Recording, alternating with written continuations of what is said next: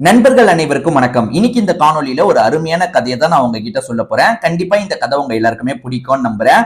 முதல்ல இந்த கதையோட கரு என்னன்றதை தெளிவா சொல்லிடுறேன். ஆக்சுவலா சுமித்ன்ற ஒரு பையன் இருக்கான் பாத்தீங்களா, அக்காக்காக ஒரு கிஃப்ட் மாதிரி வாங்கணும்ன்ற மாதிரி சாரி அதே மாதிரி ஜுவல்ஸ் எல்லாம் கிஃப்டா வாங்கிடுறான். எதுக்குன்னு பாத்தீங்கன்னா ரக்ஷா பந்தன் வரப்போது அக்காவை பாக்குறதுக்காக போகணும் அப்படின்ற மாதிரி ஆசாசியா இவனுமே கிளம்புறான். அப்படி கிளம்பி போற பஸ்ல ஒரு பிரச்சனை வருது. என்ன பிரச்சனை? அந்த பிரச்சனைனால இவன் சரியான நேரத்துக்கு போக முடிஞ்சதா இல்ல வேற ஏதாவது நடந்ததான்னு சொல்றதுதான் மீதி கதை. கண்டிப்பா இந்த கதை உங்க எல்லாருக்குமே பிடிக்கும்னு நம்புறேன். எந்த ஒரு இடத்தையும் இந்த கதையை நீங்க ஸ்கிப் பண்ணாதீங்க. இதே மாதிரி நிறைய கதைகள் ஏற்கனவே நம்ம சேனல்ல இருக்கு. அதெல்லாம் பார்க்கணும்னா நம்ம சேனலை சப்ஸ்கிரைப் பண்ணி வச்சுக்கோங்க. இந்த கதையை முழுசா பாக்குறதுக்கு முன்னாடி இந்த வீடியோக்கு ஒரு லைக் போடுங்க. அப்பதான் உங்களை மாதிரி பாக்குற நிறைய பேர்கிட்ட இந்த வீடியோ கொண்டு போய் சேர்க்கப்படும். இப்ப இந்த கதைக்குள்ள வந்துடலாம். கதையோட தொடக்கமே சுமித் அப்படின்ற ஒரு பையனை காட்டுறாங்க. இவன் ஒரு பஸ்ல டிக்கெட்லாம் ஏற்கனவே எடுத்திருப்பான். பஸ்ல டிராவல் பண்ண ஆரம்பிக்கிறான். இவன் மைண்ட் முழுக்க அக்காவை சீக்கிரமா பார்க்க போனோன்ற மாதிரி ஒரு எண்ணம் இருக்கு. ஆக்சுவலா அக்கா தான் இவனுக்கு ரொம்ப சப்போர்ட்டிவா இருந்திருப்பாங்க. அதாவது அம்மா அப்பா உடம்பு முடியாம போனோன்னு அக்கா தான் ரொம்ப சப்போர்ட்டிவா இருந்து இவனை மேற்படிப்புலாம் படிக்க வச்சிருப்பாங்க. அந்த படிப்போட காரணமா தான் இவன் நல்ல வேலை பார்த்து நிறைய சம்பாரிச்சிட்டு இருக்கான். ரக்ஷாபந்தன் வரப்போது இல்ல, அதனால அக்காவை பார்க்கறதுக்காக இவன் ஊருக்கு கிளம்புறதுக்காக தான் உட்காந்துட்டு இருக்கான். அக்காவை பொறுத்த வரைக்கும் சில சாரி எல்லாம் ஆசைப்பட்டிருப்பாங்க. இந்த மாதிரி சாரி வாங்கணும்ன்ற மாதிரிலாம் ஆசைப்பட்டிருப்பாங்க. அப்ப இவங்க கிட்ட காசு இல்லைல்ல. இப்ப இவன் வேலைக்கு போய் நல்லா சம்பாதிக்கிறான்ல, அக்காக்கு பிடிச்ச மாதிரி எல்லா விஷயத்தையும் வாங்கிட்டு போனோன்றதுக்காக அக்காக்காக சாரி அதை தாண்டி ஜுவல் மாதிரி கொஞ்சம் வாங்கிட்டு ரொம்ப சந்தோஷமா தான் இந்த பயணத்தை மேற்கொண்டுட்டு இருக்கான். அதாவது இப்பதான் டிப்போ விட்ட பஸ் கிளம்ப ஆரம்பிக்குது. இவன மாதிரியே நிறைய பேர் பேசஞ்சரா உட்காந்துட்டு இருக்காங்கல்ல. இந்த கண்டக்டர் என்ன பண்றாருன்னா கொஞ்சம் தான் தள்ளி வந்திருக்காரு. அதாவது ஒரு 10 நிமிஷம் தான் டிராவல் ஆகி வந்திருக்கோம். திடீர்னு வண்டியை நிறுத்திடுறாரு. எல்லாருமே என்னாச்சு ஏதாச்சுன்ற மாதிரி கேக்குறாங்க. இந்த கண்டக்டர் என்ன சொல்றாருன்னா, டிக்கெட் கொஞ்சம் அதிகமா ரேட் ஆகுது, நீங்க எல்லாருமே 100 ரூபா அதிகமா தரணும், அப்பதான் மேற்கொண்டு போக முடியும், அப்படி இல்லைன்னா நீங்க இறங்கணும்னா இறங்கிக்கோங்க அப்படின்ற மாதிரிலாம் பேசுறாரு. ஏற்கனவே இவங்க டிக்கெட்டை எடுத்துட்டாங்க, அதை தாண்டி கூடுதலா ஒரு அமௌண்ட் கேட்கறாரு. ஏன் எதுக்கு நிறைய பேர் கேள்வி எல்லாம் கேட்டுட்டு இருக்காங்க. ஆனா இன்னும் சிலரே சரியான டைமுக்கு ஊருக்கு போனோம்ல, இவனுங்க வேற என்ன இப்படி கொள்ளடிச்சிட்டு இருக்காங்கன்ற மாதிரி புலம்புறாங்க. காசையும் எடுத்து தந்துடுறாங்க. நிறைய பேர் காசை எடுத்து தந்துடுறாங்க. இன்னும் சிலர் காசை தராம ஏன் எதுக்குன்ற மாதிரி கேட்டுக்கிட்டே இருக்காங்க. அப்ப கண்டக்டர் என்ன சொல்றாருன்னா, நீங்க காசை தந்தீங்கன்னா பஸ்ல இருக்கலாம், இல்லைன்னா இறக்கி விட்டுருவான்ற மாதிரி சொல்றாரு. என்னடா பண்றது அப்படின்ற மாதிரி எல்லாருமே யோசிச்சுட்டு இருக்காங்க. ஒரு ஸ்டேஜ்ல எல்லாருமே காசை தந்துட்டு இருக்காங்க. இந்த சுமித்தை பொறுத்த வரைக்கும் பெருசா யோசிக்க மாட்டான். சரி காசை தந்துடலான்ற மாதிரி தான் யோசிக்கிறான். ஆனா ஒரு பெரியவர் என்கிட்ட எக்ஸ்ட்ரா காசு இல்ல, சுத்தமா காசு இல்ல அப்படின்ற மாதிரிலாம் சொல்லிட்டு இருக்காரு. பெரியவரே அப்ப நீங்க இறங்கிக்கோங்க அப்படின்ற மாதிரிலாம் அந்த கண்டக்டர் பேசிட்டு இருக்காரு. அதாவது இவரோட இடத்துல வேற யாரையாவது உட்கார வச்சுக்கலாம் அப்படின்றதுக்காக டிக்கெட்டை நீங்க கேன்சல் பண்ணிக்கோங்க, ஏதாவது பண்ணி கேன்சல் பண்ணிக்கோங்க, 100 ரூபாய் எக்ஸ்ட்ரா தரலனா நீங்க இந்த சீட்ல உட்கார முடியாது, இறங்கணும் அப்படின்ற மாதிரி அந்த கண்டக்டர் பெரிய பிரச்சனை பண்ணிட்டு இருக்காரு. ஒரு ஸ்டேஜ்ல அந்த பெரியவரை இழுத்து தள்ளி விடுற மாதிரி போறாருல, இதை பாக்குற இந்த சுமித்து கோவம் வந்துருது. அதாவது ஒரு பெரியவர்கிட்ட இவ்வளவு மூர்க்கமாவா நடந்துப்பீங்க அப்படின்ற மாதிரி தடுக்கிறாரு. அப்படி தடுக்கும் போது கண்டக்டருக்கும் இவருக்கும் எல்லாம் சண்டை வருது. நீ தேவையில்லாம இதுல தலையிடாத, ஒழுங்கா ஊர் போய் சேரணும்னா உட்காரு அப்படின்னும் போது, இல்ல ஒரு பெரியவர்கிட்ட நீங்க எப்படி நடந்துப்பீங்க அப்படின்ற மாதிரி இவர் தடுத்துட்டு இருக்காரு. அப்பயும் பஸ்ல இருக்க மத்த எல்லாருமே தடுக்க வரமாட்டாங்க, வேடிக்கை தான் பார்த்துட்டு இருக்காங்க. ஒரு ஸ்டேஜ்ல பஸ்ஸை விட்டு கீழே இந்த பிரச்சனை போயிட்டு இருக்கு. அந்த கண்டக்டர் என்ன பண்றாருன்னா, ஒரு ஸ்டேஜ்ல இந்த பெரியவரை அடிக்கிறதுக்கு ட்ரை பண்ணும்போது மேல எல்லாம் கை வைக்காதீங்க அப்படின்ற மாதிரி இவரு குறுக்க சண்டை போட்டுட்டு இருக்காரு. ஆக மொத்தத்துல 3 பேருமே இந்த இடத்துல சண்டை எல்லாம் போட்டுட்டு இருக்காங்க. அப்ப ரவுண்ட்ஸுக்காக போலீஸ் இந்த இடத்துக்கு வந்துட்டு இருக்காங்க. அதாவது ஒரு எஸ்ஐ ரவுண்ட்ஸுக்காக சுத்திட்டு இருக்கும் போது இங்க சண்டை நடக்கிறத கவனிச்சிடுறாரு. வரவர் என்னாச்சு ஏதாச்சுன்னு கேட்கும் போது இந்த சுமித்த பையன் இருக்கான் பாத்தீங்களா, எல்லா விஷயத்தையும் சொல்றான். சரி ஏற்கனவே நிறைய பேர் நாங்க டிக்கெட் எல்லாம் எடுத்துட்டோம், கொஞ்சம் தூரம் தள்ளி வேணும்ட்டே எக்ஸ்ட்ரா காசு வாங்குறதுக்கு பாக்குறாரு அப்படின்னும் போது இந்த கண்டக்டர் அப்படியே கொஞ்சம் முழிச்சுக்கிட்டே இருக்காரு. ஒரு ஸ்டேஜ்ல கண்டக்டர் சார் இங்க வாங்க சார்னு எஸ்ஐய தள்ளி கூப்பிட்டு போய் பேசுறாரு. எஸ்ஐ கிட்ட எல்லா விஷயத்தையும் சொல்லிடுறாரு. சரி இந்த மாதிரி நான் அடிக்கடி வாங்குறது தான் சார், இது மூலியமா கொஞ்சம் காசு கிடைக்கும் சார், உங்களையும் பார்த்து கவனிக்கிறேன் சார், நீங்க பேசி முடிச்சு விடுங்க அப்படின்னும் போது எஸ்ஐமே கொஞ்சம் லஞ்சம் வாங்குற பார்ட்டியா தான் இருப்பாரு. உடனே ஒத்து வந்துடுறாரு.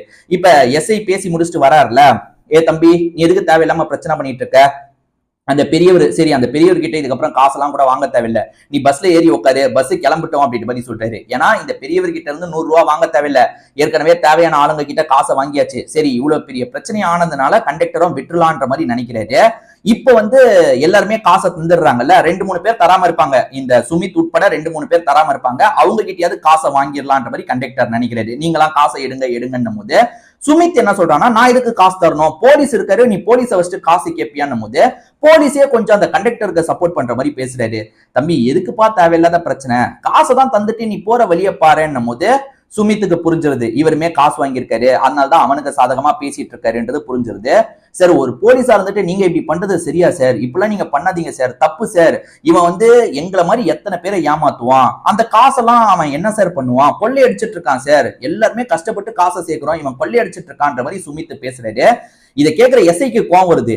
ஓவரா பேசாத, நான் தான் காசை தான்றேன்ல, உங்ககிட்ட இருக்குல்ல, அப்புறம் என்ன, இந்த பெரியவர் காசு தர வேணாம், டிராவல் பண்ணிக்கிட்டோம், ஆனா உங்ககிட்ட காசு இருக்குல்ல, தரதுக்கு என்ன அப்படின்னும் போது நான் எதுக்கு சார் தரணும், சரி சார் நான் வந்து எவ்வளவு டிக்கெட் எடுத்தனோ அதுக்கான அத்தாச்சி என்கிட்ட இருக்கு, இப்ப எக்ஸ்ட்ராவா நான் 100 ரூபாய் தரேன்ல, அதுக்கு இவரால அத்தாச்சி தர முடியுமா அப்படின்ற மாதிரி கேள்வி கேட்டுட்டு இருக்கான்.